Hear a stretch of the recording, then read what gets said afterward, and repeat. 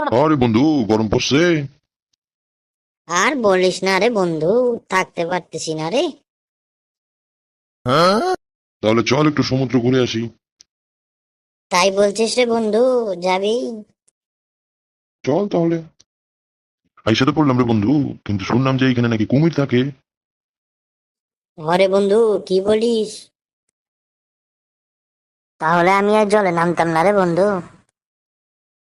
কিরে হত ছাড়া গুলা, তোরা এখানে কি করিস? আরে স্যার দেখুন না, ননটে নিয়ে এসেছে এই নদীর ধারে একটু স্নান করতে।